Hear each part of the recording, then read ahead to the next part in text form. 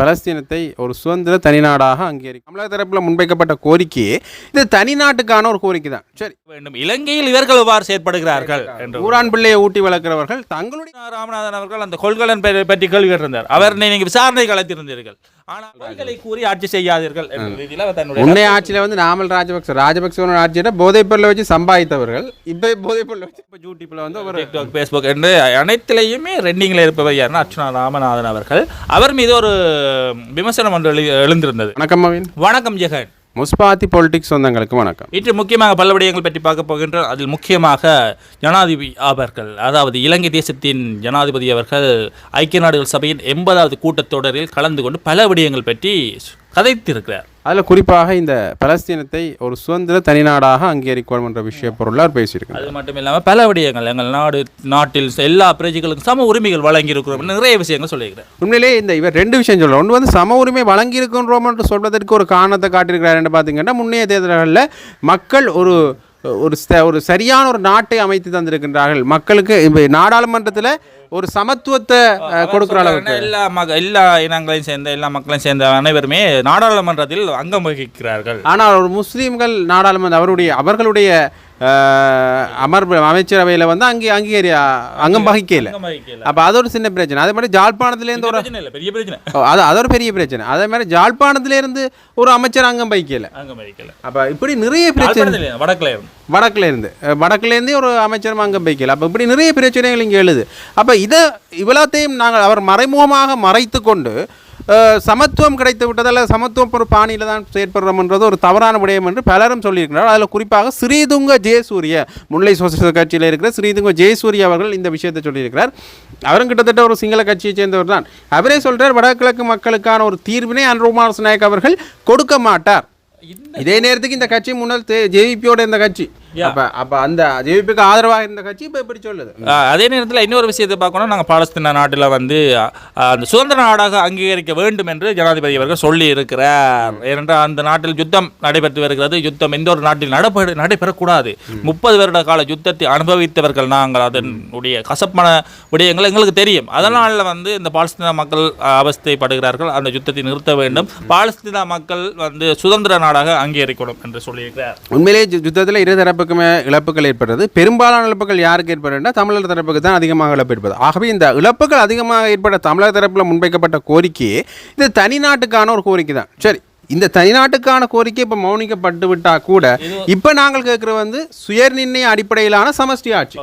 பாலஸ்தீன மக்களுடைய போராட்டம் நியாயமானது. அவர்கள் சுதந்திரம் அடைய வேண்டும். அது தொடர்பாக நாங்கள் ஏற்றுக்கொள்கிறோம். ஆனால் இவர் அங்கு போய் சொல்லிய விடயங்கள் திரும்பி பார்க்க வேண்டும். இலங்கையில் இவர்கள் எவ்வாறு செயற்படுகிறார்கள் என்று ஊரான் பிள்ளையை ஊட்டி வளர்க்கிறவர்கள் தங்களுடைய நாட்டில் இருக்கிற மக்களுடைய இந்த உரிமைகள் சார்ந்த என்னென்று பேசியிருக்கிறார்கள் என்ற ஒரு கேள்வி ஒன்று எழுத்தான் செய்கிறது. பகடை பேச்சாக கூட காணப்படலாம். ஏனென்றால் பாலஸ்தீன மக்களுடைய பிரச்சனையை கதைப்பவர்கள் ஏன் இலங்கை நடந்த பிரச்சனைகளை பற்றி இன்னும் மௌனம் காத்திருக்கிறார்கள் என்பதிலேயே இங்கே முதல் சிங்கள கட்சியிலிருந்து அல்லது சிங்கள அரசியலில் பாராக் ஜனாதிபதிகள் என்ன சொல்கிறாருன்னா, முதல் முறையாக இந்த ஊழல் எதிர்ப்பு சம்பந்தமாக காட்டி சிங்கள மக்கள் மத்தியில் தங்களுடைய பேர் எடுப்பார்கள். ஆனால் தமிழ் மக்கள் சார்ந்து பேசுகின்ற இல்லை. ஆனால் வடகிழக்கு வருகின்ற பொழுது சமத்துவம் பற்றி பேசுகின்றார்கள். ஆனால் சமத்துவம் சம்பந்தமான விஷயத்தில் பேசல. குறிப்பாக இந்த சர்வதேச விசாரணையை கூட மலங்கடிக்கிற விதத்தில் இந்த அரசாங்கம் செயற்படுகிறது. உள்நாட்டு விசாரணையே நீதியான முறையில் நடைபெறுமா என்பது கூட சந்தேகத்துக்குரிய விடயம்.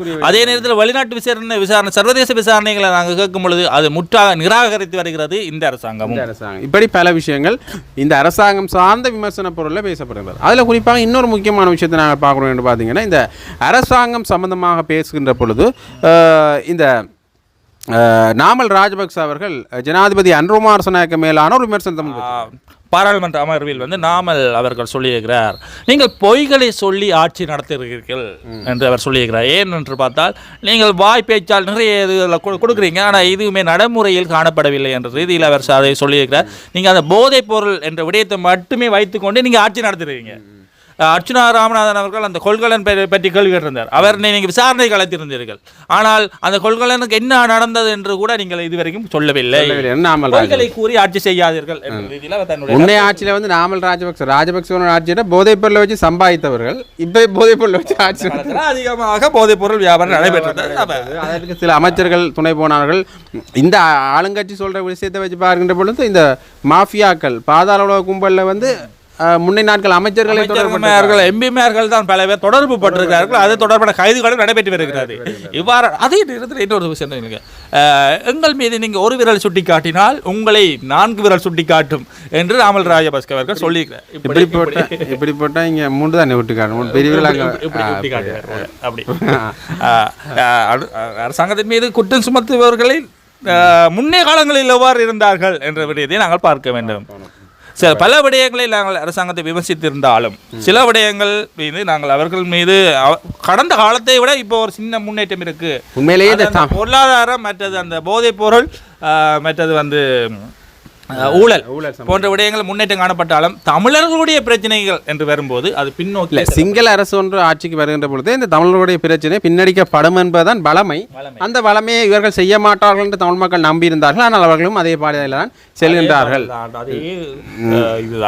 சரி, அதே மாதிரி இன்னொரு முக்கியமான விஷயம், இந்த அர்ச்சுனா ராமநாதன் சம்பந்தமாக நீதிமன்றம் ஒரு உத்தரவு ஒன்றை பிறப்பித்தது. அண்மையிலேயே ஒரு பெரும் அளவில் பேசப்படுகின்ற நபர் யார் என்று பார்த்தால் அவர் எப்பொழுது இந்த ஊடகங்களுக்கு அறிமுகமானாரோ இன்று வரை ரெண்டிங்லே இருக்கிறார். டிக்டாக்ல முதல் இருந்தார், இப்போ யூடியூப்ல வந்து ஒரு டிக்டாக், ஃபேஸ்புக் என்று அனைத்திலையுமே ரெண்டிங்ல இருப்பவர் யாருன்னா அர்ச்சுனா ராமநாதன் அவர்கள். அவர் மீது ஒரு விமர்சனம் ஒன்று எழுந்திருந்தது. கொழும்பில் ஒரு நிறுத்தக்கூடாத இடத்தில் காரை நிறுத்தியதற்காக போலீஸ் அதிகாரிகள் ஏன் இதில் நிறுத்துகிறீர்கள் என்று கேட்டதற்கு இதில் நிறுத்தாமல் உங்கள் தலைமீதா நிறுத்த வேண்டும் என்று கேட்டிருந்தார். அவ்வாறான ஒரு காணொளி பரவி இருந்தது. அது தொடர்பான ஒரு கட்டுரை அல்லது அது தொடர்பான ஒரு விஷயம் தான் இன்றைக்கு நாங்கள் பார்க்கலாம். அது என்னென்னா, இப்போ இந்த விஷயம் சொன்ன பிறகு உடனடியாக இந்த போலீஸாருடைய வேலையில் செல்வாக்கு செலுத்துகின்றார் என்ற அடிப்படையில் அவர் மேலே நீதிமன்றத்தில் அறிக்கை சமர்ப்பித்தார் போலீஸார். அப்போ அந்த அறிக்கையில் உடனடியாக நீதிமன்றம் இந்த விசாரணைக்கு எடுத்துட்டு இது தொடர்பான திருத்தப்படாத காணொளி, எடிட் பண்ணாத வேர்ஷன் ஏதாவது இருந்தால் ஊடகங்கள்கிட்ட கேட்டு உடனடியாக கொண்டு அந்த அறிக்கையை சமர்ப்பிக்குமாறு சொல்லியிருக்கிறார். அது அறிக்கை சமர்ப்பிச்சா அப்புறம் தான் தெரியும் அர்ச்சுனா ராமநாதனுக்கு என்ன நடக்க போகுது, கைதா அல்லது இது சம்பந்தமான நஷ்டஈடா ஏதோ ஒன்று நடக்க இருக்கும். அவர் மீது பொய்யான குற்றச்சாட்டா சுமத்தப்பட்டதோ ஏதோ சுமத்தப்பட்டிருக்கின்றான்னு இப்போ வருங்காலங்கள்லாம் சொல்லலாம். அது மட்டும் இல்லாமல் பாராளுமன்றத்தில் பேசுகின்ற பொழுது கூட அர்ச்சுனா ராமநாதன் ஒரு முக்கியமான விஷயத்தை சொல்கிறாருன்னு பார்த்தீங்கன்னா, இந்த காற்றாலை திட்டம் சம்பந்தமாக பேசுகின்ற பொழுது இந்த காற்றாலை திட்டத்தால் மக்களுக்கு எந்த ஒரு அபிவிருத்தியும் வழங்கப்படாது, அபிவிருத்தி என்ற பெயரில் கொண்டு மக்களுடைய வளச்சுரண்டல்கள் இங்கே நடைபெறுகின்றது. இன்று வரைக்கும் மன்னார் பிரதேசத்தில் முக்கியமான தலைநகரத்தில் பாரிய போராட்டம் நடைபெற்று வருகிறது. 50 நாட்களை கடந்து. உண்மையிலேயே மன்னார் கேந்திர முக்கியத்துவம் வாய்ந்த இடமாக இருப்பதனால தான் இந்த அரசாங்கம் இப்படி செய்கிறது. ஆகவே வடகிழக்கான அபிவிருத்தியை பின்னடிக்கிற செயற்பாடு தான் இதன் சொல்லி இருக்கிறது. மக்களுடைய போராட்டங்களை மீறி இந்த காற்றாலைக்கு அனுமதி கொடுக்கப்பட்டிருக்கிறது என்றுதான் நாங்கள் இங்கு பார்க்கணும். உண்மையிலேயே இந்த அர்ச்சுனா ராமநாதன் அவர்கள் இந்த மிகப்பெரிய ஒரு விடயத்தை பேசியிருக்கின்றார் இந்த பாராளுமன்றத்தில். இது அவரால் மட்டும் அர்ச்சுனா ராமநாதன் மட்டுமல்ல, பல எல்லாருமே இதை பற்றி காட்சி கொடுத்தா இருக்கிறாங்க. ஒரு காலத்தில் இப்போ இருக்கிற அரசாங்கமும் கூட இவ்வாறான செயற்திட்டங்களுக்கு எதிராக செயற்பட்டவர்கள் தான். ஆனால் இன்று ஆட்சிக்கு வந்த பிறகு மௌனம் காக்கிறார்கள். உண்மையிலேயே ஒரு தனியார் கம்பெனி, அதானி நிறுவனம் என்ற ஒரு தனியார் கம்பெனிக்கு எதிரானவர்களாக இருந்தவர்கள் தான் இந்த சோசலிச கட்சி, அதாவது நான் சொல்கிற மாதிரி இந்த இடதுசாரி கட்சியை சேர்ந்த ஜேவிபியினர்.